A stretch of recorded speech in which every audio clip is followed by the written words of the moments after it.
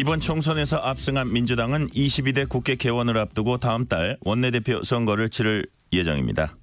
김병기 민주당 수석 사무부총장은 이번 총선에서 공직자 후보자 검증위원장과 공관위 간사로 후보자 검증을 도맡았고 3선 고지에 오르면서 원내대표 하마평에도 올라 있습니다. 김병기 의원 전화 연결해서 22대 국회 개원을 앞두고 각종 정치 현안 짚어보겠습니다. 의원님 안녕하세요. 안녕하십니까. 김병기입니다. 좀 늦었지만 당선 축하드립니다. 감사합니다. 더 열심히 하겠습니다. 먼저 총선 엿새 만에 나온 윤석열 대통령의 입장부터 짚어보겠습니다. 윤 대통령은 국무회의 모두 발언 형식으로 총선 민심에 대한 입장 밝혔습니다. 내용은 요 뒤에 살펴보고요. 그 형식은 어떻게 보셨습니까? 원래 하던 스타일대로 말씀하신 건데요. 앞으로도 일방향적인 소통만 계속하시고 정책 방향도 하고 싶은 대로 하겠다는 뜻으로 읽혔습니다. 투표로 드러난 민의와 비판을 전혀 안 듣겠다는 확고한 의지를 본 것 같아서 솔직히 좀 씁쓸합니다. 네, 내용 한번 살펴볼게요. 네. 윤 대통령 총선 메시지에 대해서 국민의힘은 국정 우선순위는 오직 민생이라는 원칙에 변화 없었다 이렇게 평가한 반면에 민주당은 독선적 선언이었다 이렇게 비판을 했습니다. 의원님께서는 그 내용은 어떻게 보셨어요? 메시지를 들여다보면 일관된 틀이 발견이 됩니다. 한마디로 나는 잘했는데 국민이 몰라준다는 것입니다. 이 메시지는 반성의 방점이 찍혔어야 하는데 앞으로 홍보를 더 잘하겠다는 이해할 수 없는 결론으로 도달한 것 같아서 저희 야당으로서는 비판을 할 수밖에 없겠죠. 자, 반성보다는 앞으로 잘하겠다 홍보 여기에 더 무게가 두어져 있다 이렇게 이제 그 말씀하신 걸로 이해를 하고요.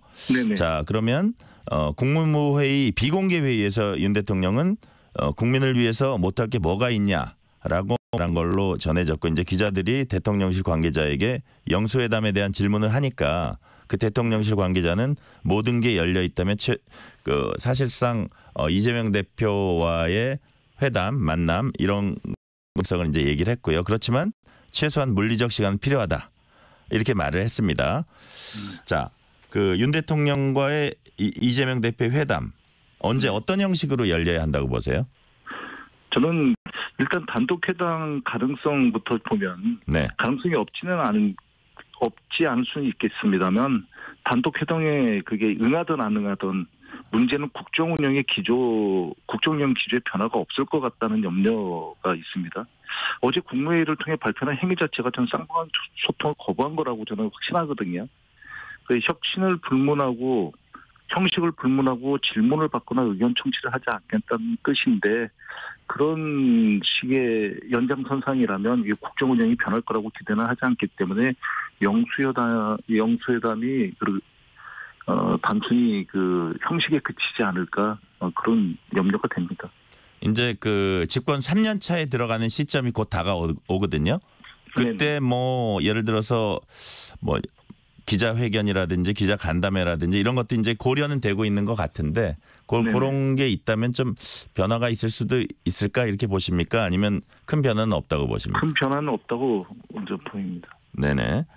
자, 그러면 총선 이후 민주당이 일단 주력하는 부분이 최상병 특검법입니다. 네. 그 수사 대상에 윤석열 대통령도 포함되어 있습니다. 윤 대통령이 수사에 포함된 이유 좀 설명해 주세요. 그 책임을 따라가다 보면 정점에는 당연히 지금 대통령이 아니면 할 수 없는 행위들이 곳곳에서 발견되고 있거든요. 그럼 그 특검법의 종점은 윤 대통령을 향하고 있을 수밖에 없는 거 아니겠습니까?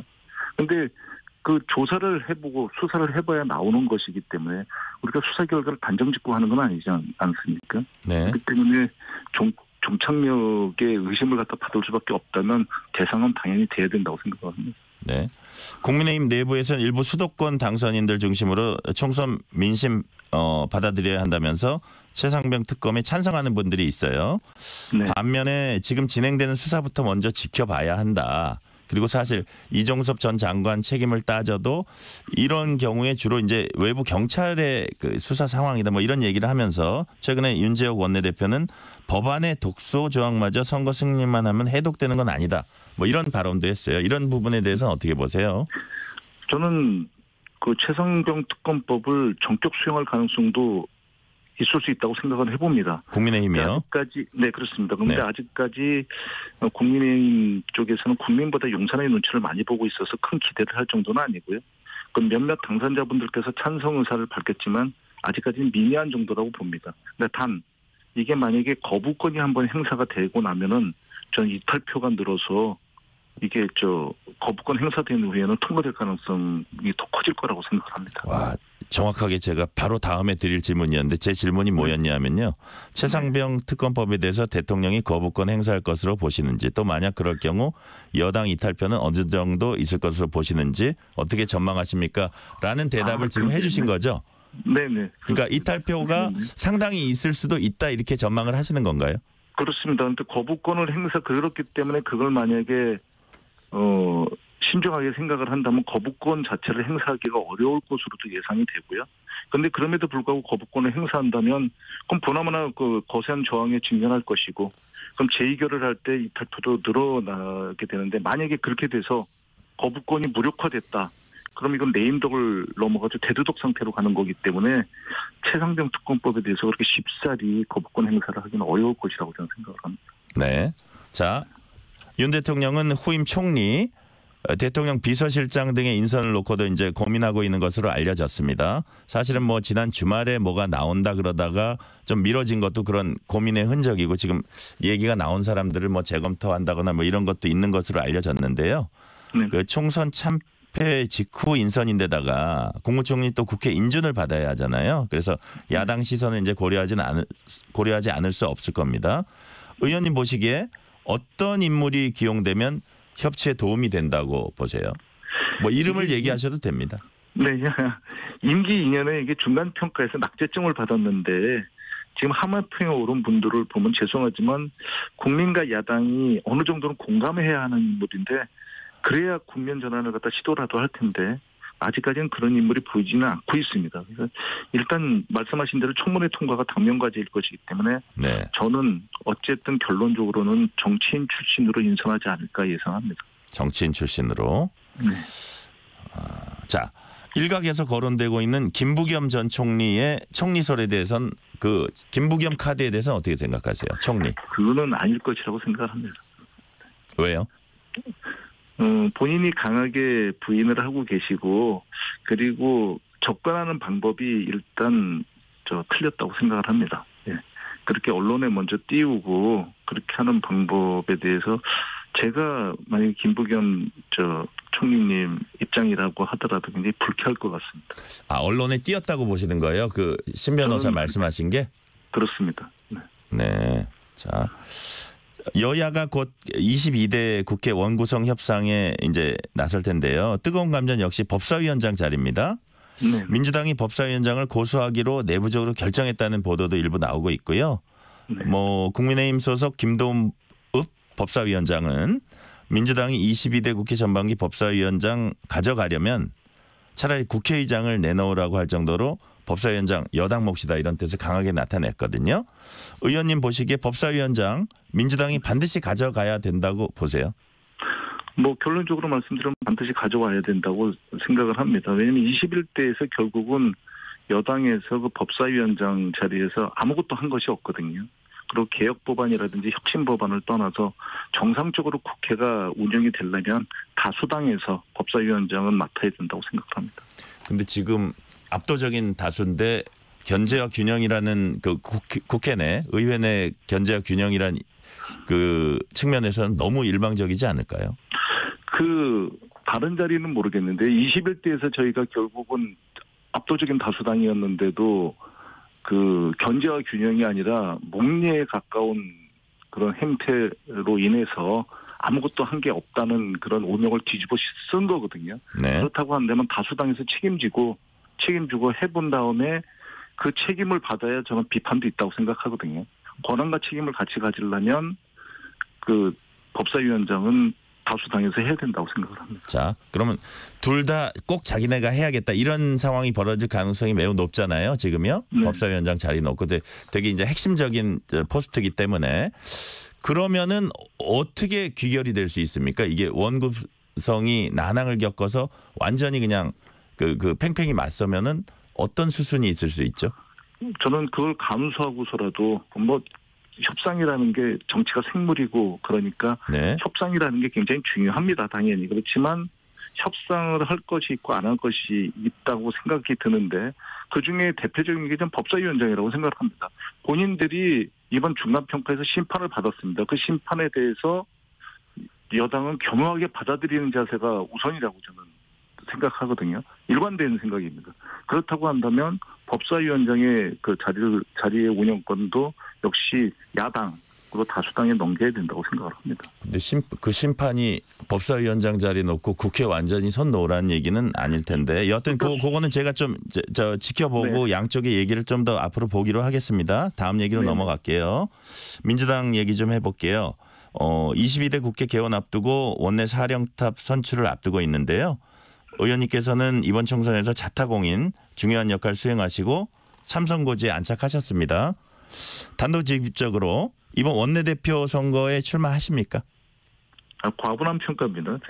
저도 국회 정상의 역할을 해야겠다는 생각은 당연히 있는데요. 뭐 그 정도로만 말씀드리겠습니다. 네, 아직 뭐 원내대표 선거 나간다 안 나간다 공개적으로 뭐 밝힐 아직 시점은 아니다. 그런 식으로 이해할게요. 네. 네네. 자, 지금 하마평에 오른 분들 꽤 많습니다. 대다수 이제 친명계라고 불리는 분들이에요. 그래서 그냥 추측입니다만 선명성 경쟁이 될 거란 관측이 나오고 또 민주당 의원들이 원하는 차기 원내대표 주요 선정 기준이 친명계 혹은 선명성 이게 될 거다. 이런 추측이 나오는데 이런 부분은 어떻게 동의하세요? 조금 말씀을 드리면 선명성 경쟁보다는 예. 잘하기 경쟁이라고 표현하는 게 전 적절할 것 같습니다. 잘하기 경쟁. 예, 근데 차기 원내대표는 거대 야당을 이끌고 의회와 국가를 정상화시켜야 되는 막중한 책임을 지게 돼 있는데요. 당내 다선 의원과 초재선 의원을 아우를 수 있는 리더십, 여당을 상대로 한 노련한 협상력을 겸비한 인물이 되어야 한다는 데는 당선자분들이 대체로 공감하는 것 같습니다. 네. 그래서 요 선에서 해결이 되지 않을까 싶습니다. 네. 자, 근데 요런 또 약간의 우려가 있습니다. 원내대표 포함해서 당 지도부 주요 포스트에 뭐 친명이라든지 이른바 거기에 일부 강성 인사들 포진하면 여야 협치에 약간 부정적 영향을 끼칠 수도 있다라는 분들도 있는데 이 부분은 어떻게 또 반박을 하시겠어요? 해보지도 않고서 어떤 일을 해보지도 않고서 부정적인 요소만을 갖다가 너무 강조하는 거는 그거는 좀 바람직하지 않다고 봅니다. 그러니까 하면서 시행착오가 생긴다면 시행착오를 보정해야 되는 것이지 그런 것이 두려워서 시작도 안 한다는 그거에는 동의하기 어렵습니다. 네. 자, 8월에 전당대회 열립니다. 이재명 대표가 연임할지 여부가 제일 관심인데요. 최근에 이제 정성호 의원도 좀 긍정적으로 얘기를 했고 이재명 대표 연임설에 무게가 실리는 게 아닌가 하는 이런 뭐 분석도 나오고 있어요. 의원님은 이 대표가 연임해야 된다고 보세요? 결론적으로 말씀드리면 해야 된다고 생각합니다. 왜죠? 왜냐하면 이게 175석의 거대 야당을 이끌 강력한 리더십을 원하고 있고 또 그렇게 하라는 것이 국민의 뜻이거든요. 그런데 이재명 대표님은 사실은 이번 총선 과정에서 굉장히 어려운 상황에서 민주당의 압승을 견인함으로써 본인의 능력을 입증을 했습니다. 전 당내의 산적한 문제를 해결하기 위해서는 이재명 대표가 좀 연임돼야 된다고 생각합니다. 그 리더십이 필요하다. 네, 말씀이시죠?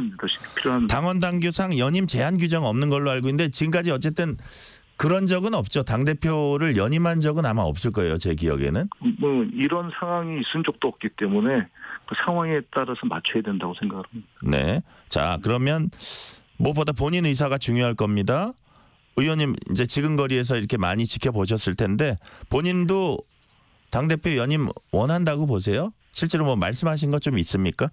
특별하게 그렇게 말씀하신 거는 저는 없는 걸로 알고 있습니다. 그런데 굉장히 힘든 자리라고 말씀을 하신 그런 취지로 말씀하신 적이 있어요. 아이고 이거를 또 뭐 하냐 뭐 이런 식의 말씀을 하신 적이 있거든요. 직접은 못 들었습니다. 네네. 여하튼 최근에 본인의 연임과 관련해서 이재명 대표로부터 직접 뭐 얘기를 나누거나 들은 얘기는 없다? 네, 그렇습니다. 네. 자, 뭐 의원님 얘기 조금 할게요. 이번 총선 과정에서 후보자 검증 등 중요한 역할 뭐 도맡다시피 하고 많은 역할을 했다고 보는데요. 이번 공천 성공했다고 평가하십니까? 좀 지난 얘기지만. 뭐 과정과 결과가 있지만 모든 대부분의 부분 결과를 많은 분들이 기억을 하게 되죠. 네. 그리고 이번 공천에서의 과정에서의 그런 중간에 불곡도 있었습니다만 결국은 결과만을 놓고 본다면 적어도 국민의힘보다는 공천 과정에서 성공했다 이렇게 자평하고 싶습니다. 또 반면에 박영진 의원은 좋은 결과가 반드시 나쁜 과정을 대신해 주진 않는다. 뭐 이런 얘기도 했어요. 과정에 있어서는 뭐 좀 그런 굴곡이 있었죠. 그 인사라는 것은 어쨌든 결과로 판단을 해야 되는 거라고 저는 생각을 하고요. 네. 제가 인사가 이제 전공인데 인사를 하다 보면은 소수의 기분 좋은 분과 대다수의 기분 나쁜 분으로 이렇게 간단하게 말할 수 있습니다. 네네. 그 결과가 어땠냐, 그리고 그 결과가 앞으로의 저희 같은 경우는 2년, 3년, 4년을 어떻게 결정 지을 거냐에 따라서 평가도 달라질 거라고 생각합니다. 그러니까 지금 결과를 얘기하기보다는 앞으로 잘해야 되는 거죠. 네. 우리 의원님께서는 국가정보원에서 인사처장까지 하셨죠? 네, 그렇습니다. 네네. 이번에 이렇게 후보자 검증하거나 이런 업무 하는데 뭐 도움이 안 됐다고는 할 수 없겠어요? 그렇습니다. 경험과 그런 것들이 있으니까 도움은 됐습니다만 굉장히 어렵더라고요. 네. 자, 민주당 입장에서 카운터파트인 국민의힘 차기 당대표가 누가 될지 예의주시하고 있을 겁니다. 네. 최근 여론조사에서 총선 참패 책임을 지고 물러난 한동훈 전 비대위원장에 대한 동정론이랄까요? 여하튼 거기에 대한 얘기가 좀 나오면서 여당 지지층에서 높은 지지 얻은 것으로 나타났어요. 네. 민주당 입장에서 한동훈 위원장 재등장 이건 어떻게 보고 있습니까? 저는 한동훈 전 위원장께서는 이번 총선에서 자신의 한계를 분명하게 보여주었다고 생각을 하거든요. 이게 다시 등장할 때 능력, 리더십, 미래 비전 등 무엇을 보여줄 수 있을지 의문입니다. 그러니까 동정심, 이런 동정론을 말씀하시던데 언론에서도 네. 그리고 지지자들도 적어도 국민에 대한 예의는 아니라고 생각합니다. 그게 동정을 갖고 할 수 있는 자리는 아니거든요. 디어 토마토가 뉴스토마토 의뢰로 13에서 14일 전국 만 18세 이상 전국 남녀 1,017명을 대상으로 국민의힘을 누가 이끌어가는 것이 좋다고 보는지 전화로 물어본 결과 국민의힘 지지층 중에서는 44.7%가 한동훈 전 위원장, 이어 나경원 서울 동작을 당선인 18.9%, 안철수 의원 9.4%, 유승민 전 의원 5.1% 순이었습니다. 자세한 내용은 중앙선거 여론조사심의 홈페이지 참고하시면 됩니다. 근데 그 유승민 의원 총리로 낙점하면 어떠냐 이런 얘기들 나오는데 이런 거는 남의 당 얘기지만 어떻게 보세요? 인물을 얘기하기보다는 그러니까 어떤 구체적인 분을 얘기하기보다는 사실은 인물 이런 말씀을 많이 하는데 고래로 그 역사상 인물이 없었던 적은 없습니다. 네. 그 인물을 쓰기 인물을 갖다 쓰고 싶은지 여부인 거지. 그래서 그게 유승민 전 의원이 되셨던 누가 되셨던 국민이 공감할 수 있는 그를 국민이 어느 정도 수용할 수 있는 그런 인물을 낙점하셨으면 하는 바람입니다. 네. 일본이 또 독도가 일본 땅이라고 주장했습니다. 네. 어제 발간된 2024년 외교청서에서 독도는 일본 땅이라고 거듭 주장하면서 강제징용 판결도 수용할 수 없다고 했어요. 외교부는 강력히 반발하며 즉각 철회와 함께 일본 대사관 총괄 공사 조치했습니다. 이런 일련의 과정 어떻게 보십니까? 이게 참 때 되면 돌아오는 갓소리도 아니고 이제는 비판하기도 사실 지치는 주제입니다. 이게 윤석열 정부가 틈만 나면은 민주당 정부의 외교 정책을 비난했었는데요. 솔직히 그렇게 굽실거리며 하자는 대로 다 해준 일본에게 또다시 뒤통수를 맞은 기분이 참 씁쓸합니다. 그러니까 실리도 명분도 모두 잃은 외교 패턴의 민낯을 보니까 사실 분노가 치밀어 오는 것은 어쩔 수 없습니다. 네, 지금까지 김병기 민주당 의원이었습니다. 의원님 감사합니다. 고맙습니다. 네, 좋은 하루 되십시오. 네, 전종철의 전격시사 1부 순서 마치고